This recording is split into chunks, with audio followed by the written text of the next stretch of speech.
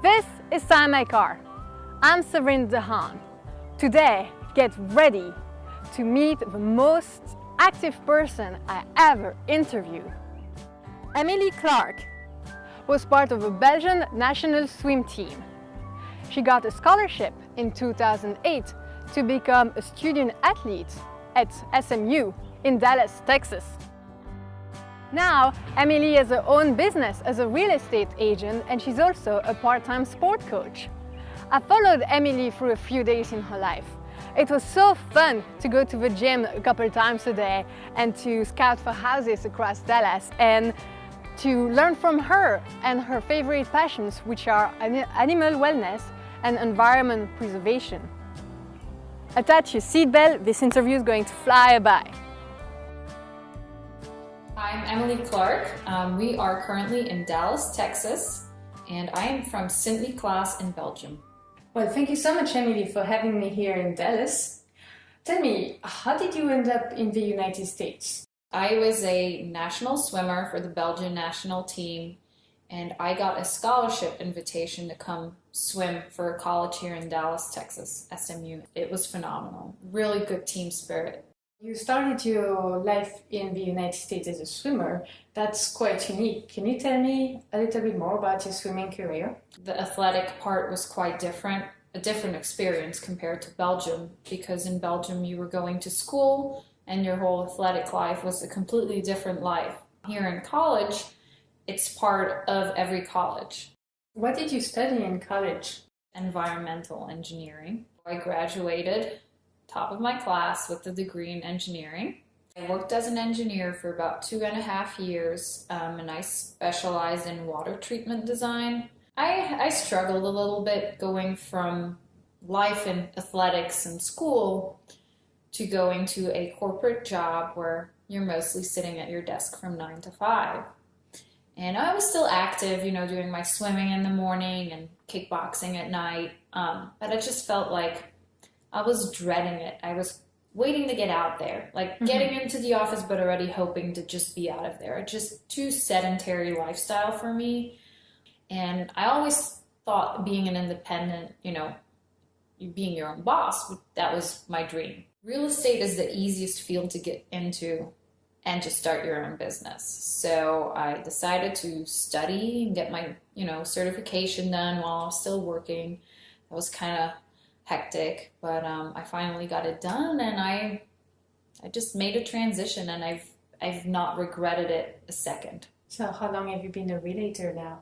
So I officially started after my last travels to Africa in January. Yeah, and this is your first year in business. What would you say to a Belgian that moves to the US and say, let's start my business? How does it feel to be in business? It's not that easy. I was very lucky, one, to have a husband who has, a steady income, because it is a risk you're taking. You're getting paid by commission, not salary. So there's times you're not making any money, and there's times you get a nice check coming in. I do enjoy setting my own schedule very much. What I enjoy most, I think, is to be able to be creative and constantly think of ways to improve your business and your methodology. How can I be more efficient? How can I make my clients' life easier? How can I do a better job of making my business grow? And I think that is the most fun part about having your own business. What's a typical week in the life of a real estate agent? So basically, as a real estate agent, well, it is your job not only to show a house. Your clients call you and they're like, well, I like this house, and that house. So, it's my job to schedule these showings, and it's not, that easy sometimes, because you're really at the mercy constantly of the listing agent on the other side. Yet your client, is just thinking you're pressing 2 buttons and everything's scheduled, but it takes some coordination to get all that in order. But that's part of the job, and I don't mind doing it. But it's so much more than just opening a door and showing a house. It's about pleasing the people and making sure they have a real good experience, and they think of you as their realtor and their go-to person whenever they have questions. That's my goal, is to make it a pleasure for them to work with me. So when you're not working on your business and you're not showing homes all around Dallas, what do you like to do outside of work?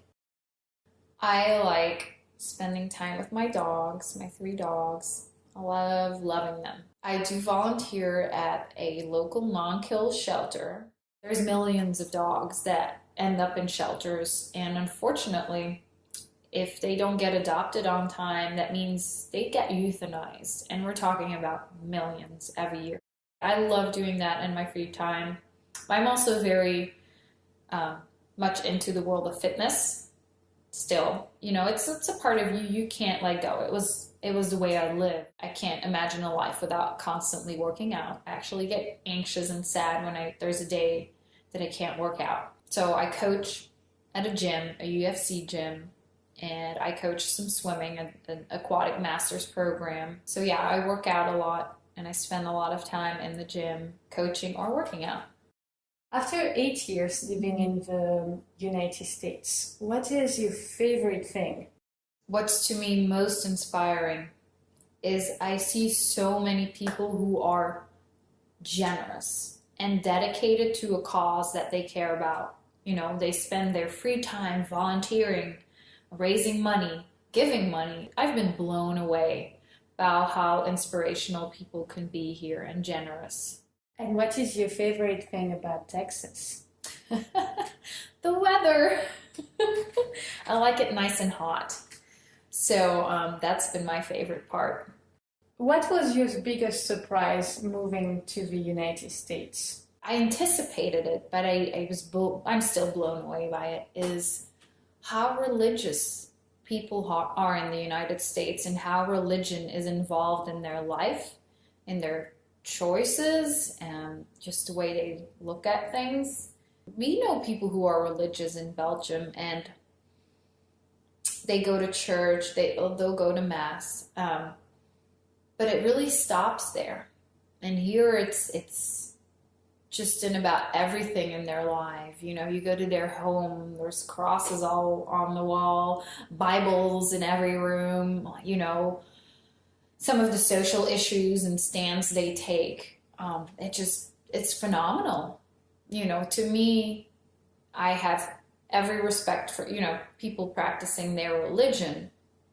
I find it a bit sad when we resort to religion to solve the world's problems. Mm-hmm.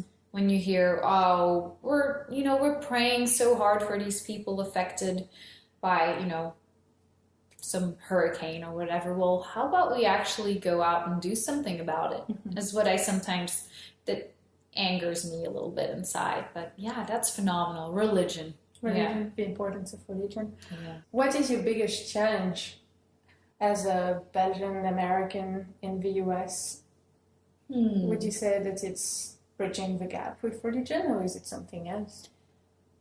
Yes, the religion, I feel bridging that gap is hard because it's a subject I never bring up. I can't talk about it. I don't feel the need to talk about it. And you miss out on a lot of social opportunities, but also even employment opportunities. You know, when you don't have that, you got to find another place to build your social network. And yeah, I think that one's tough. Where is your to-go place to build your social network outside of church? The gym or the swimming pool or the, volunteering places. When you live abroad, sometimes it's difficult to make friends. What's your recipe to make friends? I think it starts with yourself. It's easy to get caught in well, I'm not Belgian anymore, I'm not American anymore. Like, what am I? I'm something in between. Well, how about you're true to yourself? Instead, like on an individual level, what are some of the things you really deeply care about? What are you passionate about? You know, what do you enjoy doing in your free time? And find people in those circles because you have that common ground. It's really easy to bond when you have a common passion. If you had one advice to give to a fellow Belgian moving to the United States, what would that be? What advice would you give for someone who has a problem fitting in? You need to be happy with who you are. And if you're happy about who you are, what you care for, what your passions are, people see that positive energy and they will want to be your friend. They will think you're happy there, and it all just goes smoothly from there on. But I do hear that a lot, that people are struggling to fit in because they feel like they're neither Belgian anymore, and going back to Belgium wouldn't solve this issue, and yet they don't quite feel American. You know, there's quite a lot of Americans out there who are not really what you think of American and who would be more aligned with the way you think and act. So, you know, just try to work on yourself and be happy with where you are and who you are, and everything else will just fall into place. Is there anything you would like to add to this interview? I would love to add something, and it speaks louder when I show it to you. Adapt, don't shop? Yes, adopt, don't shop, please. Why?